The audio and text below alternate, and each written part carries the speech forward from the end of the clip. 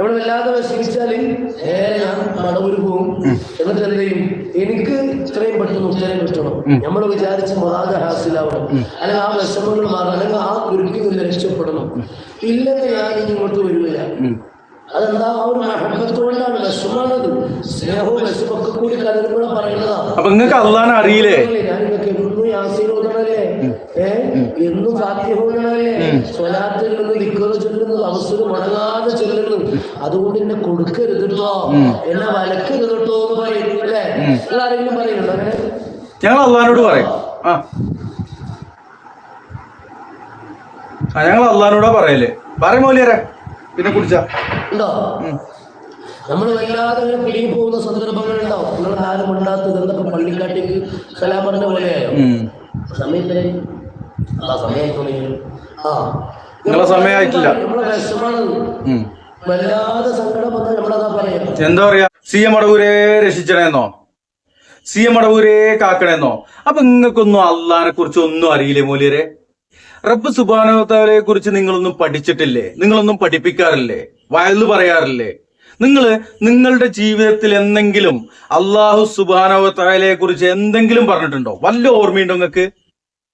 ഏത് നേരം നോക്കിയാലും CM മടവൂര്, മടവൂരപ്പൻ, മടവൂരാന് ഇത് പറഞ്ഞുകൊണ്ട് നടക്കുക. മടവൂരാൻ തുണി അയച്ചിട്ടത്, മടവൂരാൻ കമ്പിയോടിയും കൊണ്ട് തല്ലിയത്, മടവൂരാൻ കിണറ്റിച്ചാടിയത്, ഇതുപോലെയുള്ള പിഴച്ച വാദങ്ങളല്ലാണ്ട്, വാക്കുകളല്ലാതെ, കഥകളല്ലാതെ അള്ളാഹുവിനെ കുറിച്ച് നിങ്ങൾക്കൊന്നും പറയാനില്ലേ? നിങ്ങൾ അള്ളാഹുവിനെ കുറിച്ച് കേട്ടിട്ടില്ലേ? അള്ളാഹുവിനെ കുറിച്ച് നമുക്കൊന്ന് കേട്ടാലോ കുറച്ചു നേരം അല്ലേ? ചെറിയൊരു പ്രഭാഷണം. മനുഷ്യരെ സൃഷ്ടിച്ച, നിന്നെ പഠിച്ച ആരാ? നിന്നെ പഠിച്ചത് അള്ളാഹുവാണ്.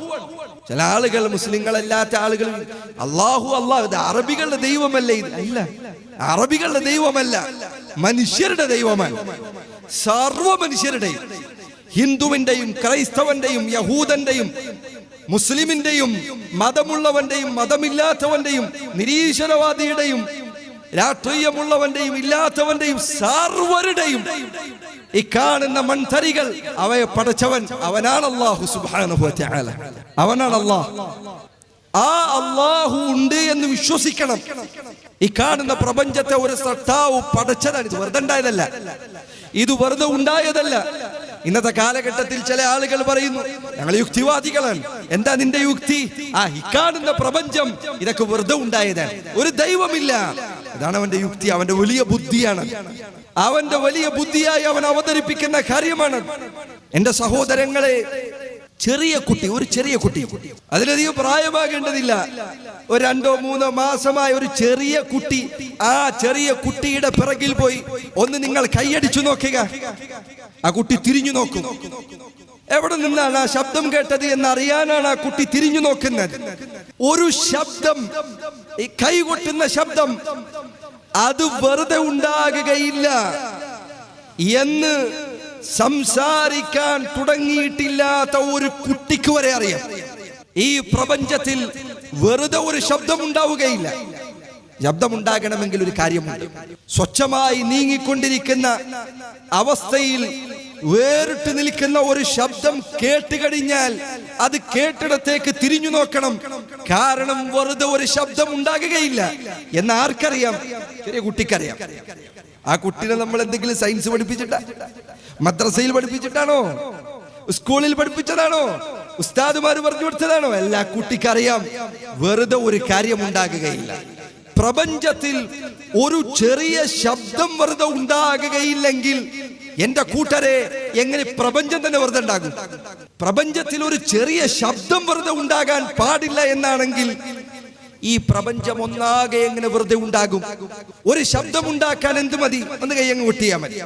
എന്നാൽ ഈ കാണുന്ന മരം, അതിലെ ഇലകൾ മനോഹരമായി നിൽക്കുന്ന ഈ രൂപത്തിൽ, ഈ ഇലകൾ അത് വളർന്നു വരണമെങ്കിൽ ഇങ്ങനെ കൈവെട്ടിയാൽ മതിയോ?